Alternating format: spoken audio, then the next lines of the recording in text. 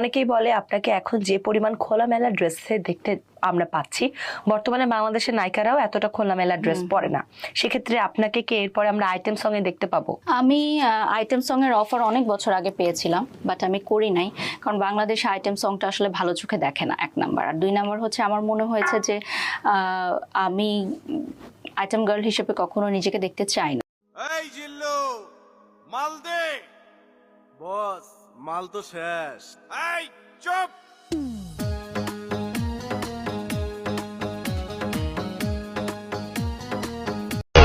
মেয়েরা এতটা মনোযোগ দিয়েও থালা বাসন মাজে না, যতটা মনোযোগ দিয়ে তারা মেকআপ করে।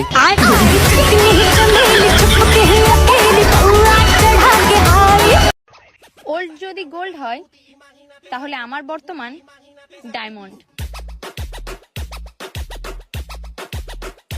তোমাকে ভালোবেসেছি 1 সেকেন্ডে, তোমাকে ভুলে যেতে লাগবে ন্যানো সেকেন্ডস। সো আমার 1 সেকেন্ডের অভিনয় তুমি ইমোশনাল হয়ে গেলে।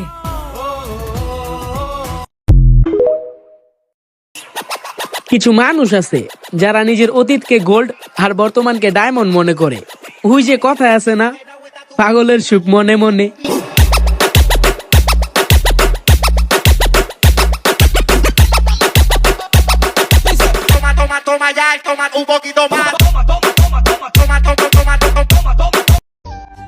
যতদিন বোকা হয়ে থাকবেন ততদিন সম্পর্ক ঠিক থাকবে, কিন্তু যখন থেকে ভুলকে ভুল আর সঠিককে সঠিক বলতে শিখবেন, ঠিক তখনই দেখবেন সম্পর্ক শেষ।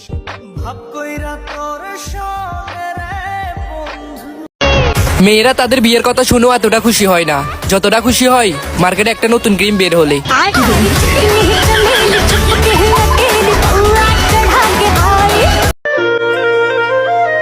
তোমাকেই বলতেছি, লাইফে যদি খুশি থাকতে চাও তাহলে হামাক পটে লাও।